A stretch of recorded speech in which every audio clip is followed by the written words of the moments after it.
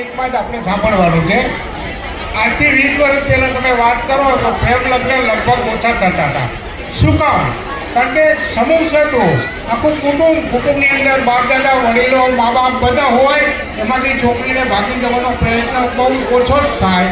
એમ આજે વિખરાઈ ગયેલો સમાજ છે એને આપણે ભેગો કરી રહ્યા છીએ, અને ભેગો કરવા માટે જ આપણે આ સમાજ આપણે ભેગો કરી રહ્યા છીએ અને પરિવાર ભેગો કરી રહ્યા છીએ. તો આ પરિવારની અંદર બધા સાથ અને સહકાર આપે તો આપણે મોટો વિશ્વાસ કરીએ અને અમદાવાદની અંદર સમગ્ર ગુજરાતની અંદર આપણો પરિવાર સૌથી મોટો થાય એવો આપણે પ્રયત્ન કરીએ. ખાસ વિનંતી છે કે હવે આપણે જેટલા આવ્યા છીએ એટલા, આમ તો ઘણું મારે કહેવાનું છે પણ સમય ઘણો થયો છે એટલે મારા પછી ઘણાને કહેવાનું છે એટલે હું વધારે વક્તવ્ય નથી આપતો. પણ હવે પછીના પ્રોગ્રામમાં આપણા ગામના આપણા પરિવારના જે કોઈ ન આવતા હોય એમાં આવે એના માટે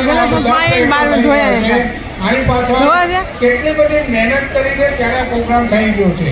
ખાસ કરીને જોઈએ તો કિશોરભાઈ છે, એક મહિનાથી સતત પ્રયત્ન કરી રહ્યા છે. ખાસ કરી અને હું તમને વાત કરું તો આપણા બધા વડીલો અને શંભુભાઈ અમે સખત રસ જે છે આ લોકો પર ટાઈમ ન હોય છતાં પણ આપણે ફંક્શન સારું થાય એના માટેના બધા પ્રયત્નો કરી રહ્યા છીએ.